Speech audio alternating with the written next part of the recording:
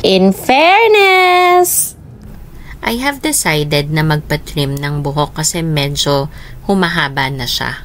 Pumunta ako sa local neighborhood parlor namin na super accessible para sa akin.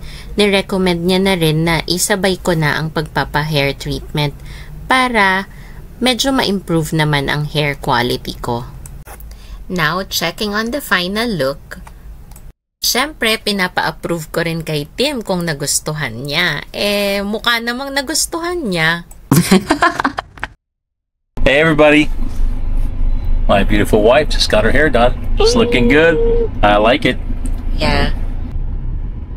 We're making a video on your hair. So now we're heading to Wendy's. Wendy's! This is like a Wendy's warehouse. I'll get you some salads. Pop salad and like a... Okay. Kids are gonna want. Okay.